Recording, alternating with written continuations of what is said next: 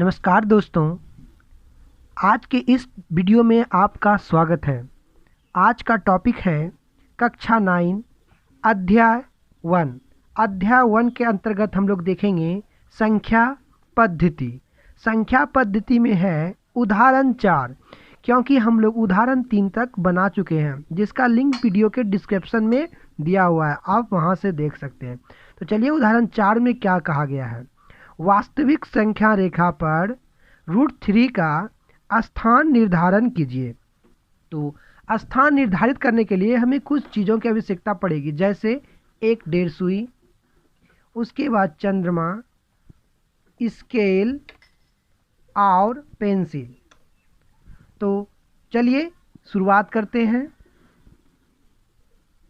सबसे पहले एक संख्या रेखा खींचना पड़ेगा, क्योंकि संख्या रेखा का इसमें जिक्र किया गया है। तो चलिए देखते हैं इसको संख्या रेखा कैसे खींचते हैं हम लोग। तो यहाँ देखिए, इसमें किसी भी माप का आपको एक संख्या रेखा खींचना है कि ये आप किसी भी माप का खींच सकते हैं। उसके बाद देखिए क्या करना है, इस संख्या रेखा पर एक मिड पॉइंट लेते हैं। कहीं पे भी आप एक मिड पॉइंट ले लीजिए, जैसा कि हम इस पॉइंट पे मिड पॉइंट लिए। उसके बाद क्या कीजिए, इस मिड पॉइंट को मानते हुए इसको कई भागों में डिवाइड कर लीजिए एक एक सीएम पर। तो देखिए इसको हम ऐसे नाप सकते हैं, जैसे यहाँ पे 1 हो गया, 2, 3, 4, 5। ज़्यादा लेने की ज़रूरत नहीं है। उसी तरह इधर भी 1, 2 और 3, बस उससे ज़्यादा की ज़रूरत नहीं है। उसके बाद इसको क्या करेंगे, हम लोग अच्छी तरह से संख्या रेखा की तरह बना लेंगे। इसको संख्या रेखा बनाने के बाद यहाँ देखिए ये होता है 0, क्योंकि इसको मिड पॉइंट माने हुए थे। तो इधर में होता है 1, 2, 3, 4 और 5। और इधर में इसको तीर डाल देंगे इस तरह से। इधर में क्या होगा, -1, -2 और -3। इधर में भी हम लोग क्या करेंगे, तीर डाल देंगे।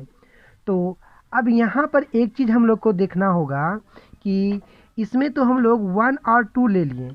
अगर हम बात करें कि यहाँ से यहाँ तक कितना दूरी है, तो 1 सीएम है।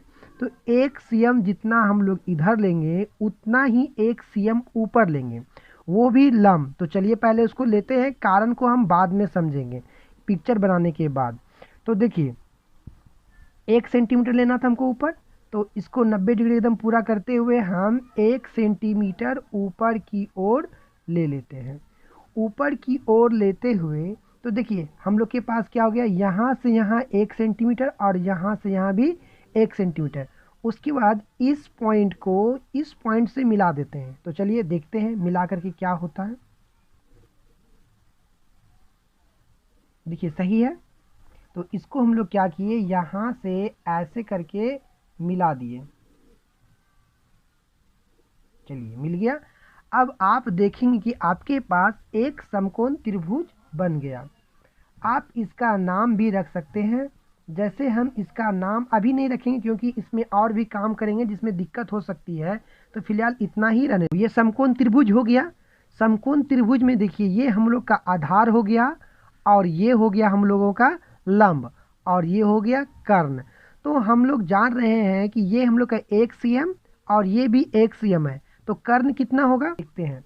तो हम लोग क्या लिखेंगे इसमें, कर्ण स्क्वायर बराबर, तो कर्ण बराबर फॉर्मूला क्या हो गया, देखिए लंब स्क्वायर जोड़ आधार इसका स्क्वायर, ठीक है। और इस पे रूट अंडर चढ़ा दीजिए, रूट अंडर।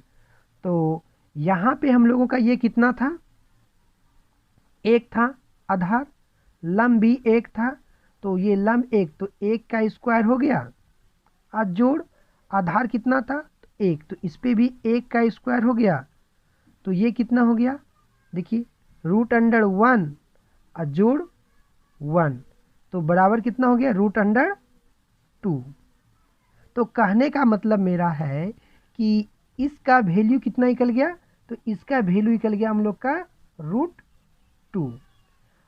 अब फिर क्या करेंगे, चांद की सहायता से इस पॉइंट पे एक समकोण त्रिभुज की रचना करना है। फिर समकोण 1 सेंटीमीटर का ही लेकर के देखिए यहाँ पे पूछ रहा है ना आपका 90 डिग्री, तो 90 डिग्री पे आप पॉइंट डाल दीजिए एक छोटा सा। उसके बाद स्केल की सहायता से 1 सेंटीमीटर का आप एक फिर से लंब रेखा खींचिएगा। देखिए जैसे कि मैं खींच रहा हूँ, ये पॉइंट मिल गया और इस पॉइंट से हम 1 सेंटीमीटर का एक लंब रेखा खींचेंगे। तो ये हो गया हम लोगों का 1 सेंटीमीटर का लंब रेखा। उसके बाद देखिए इसको क्या करते हैं, इस पॉइंट को भी हम लोग इस पॉइंट से मिला देते हैं। तो चलिए मिलाते हैं, देखते हैं उसके बाद ये क्या होता है। तो यहाँ पे जब इसको इस तरह से मिला देंगे तो यहाँ पर भी हम लोग का एक समकोण त्रिभुज की रचना हो जाती है। तो जैसे देखिए कौन सा समकोण त्रिभुज है, यहाँ पे हम लोग 90 डिग्री का कोण बनाए हैं। तो चलिए ये हो गया।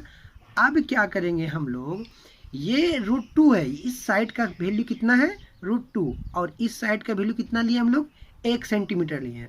तो इसको भी हम लोग दर्शा देते हैं, ये है 1 सेंटीमीटर और ये है 1 सेंटीमीटर। अब देखिए क्या करेंगे फिर से यहाँ पे, तो अगर इस समकोण त्रिभुज में हम लोग बात करें तो ये हम लोग का हो जाएगा आधार और ये हो जाएगा लंब और ये है कर्ण। तो फिर उसी फॉर्मूला पे हम लोग बैठा करके इसको भी देखते हैं। देखिए तो फॉर्मूला हम लोग जान चुके हैं, कर्ण बराबर हो रहा, देखिए लंब आपका यहाँ पे कितना है, तो लंब तो यहाँ पे 1 ही था, तो यहाँ 1 का स्क्वायर करेंगे आप प्लस आधार कितना था √2, तो √2 का स्क्वायर कीजिएगा। तो अब इसको सॉल्व कीजिए, देखिए क्या होता है। 1 का स्क्वायर कीजिएगा तो 1 हो जाएगा प्लस √2 गुना √2, तो देखिए √2 गुना √2 करेंगे तो 2 बाहर हो जाएगा, इस जगह 2 लिख दिए। उसके बाद इसको ऐड कीजिए 2 और प्लस 1 तो कितना हो जाएगा √3। तो ये √3 जो निकला हम लोग का ये कौन सा वैल्यू है, तो ये आपका इस साइड का वैल्यू हो गया √3। ठीक है, तो अब हम लोगों को √3 का ही मान तो संख्या रेखा पे दर्शाना था, इसलिए हम लोग इसको 1 माने थे और इसको 1 माने, जिससे हम लोग क्या हुआ कि √3 हम लोगों का पूर गया। अब क्या करेंगे, 1.5 सुई को लेंगे और 1.5 सुई का यहाँ पे 1.5 सुई का पॉइंट और ये पेंसिल का पॉइंट यहाँ पे रखते हुए इसको आराम से कटा देंगे। देखिए जब इसको यहाँ से गिराए तो ये यहाँ पे आ करके गिरा, तो इसका ही वैल्यू कितना होगा √3। तो हम लोग जानते हैं √3 का वैल्यू कितना होता है 1.732। तो अब थोड़ा यहाँ पे आप गौर कीजिए, 1.73 मतलब 2 के नज़दीक जा रहा है। तो ये देखिए ये जो गिरा हुआ पॉइंट है ये भी तो लगभग 2 के नज़दीक में ही है, और तो यही वैल्यू क्या हो जाएगा हम लोग का √3। तो इसी पॉइंट को हम लोगों को संख्या रेखा पर खोजना था। तो इसको अब जांच भी लेते हैं क्या वो सही है। तो देखिए कैसे, इसको हम स्केल से नाप करके देखते हैं। जैसे ये हम लोग का मिड पॉइंट था और ये 1 था और उसके बाद देखिए थोड़ा सा अधिक आ रहा है, लेकिन फिर भी मिला जुला करके ये क्या है ठीक ही है।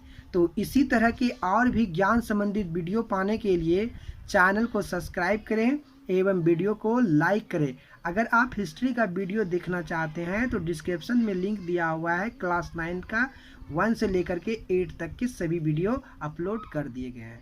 धन्यवाद।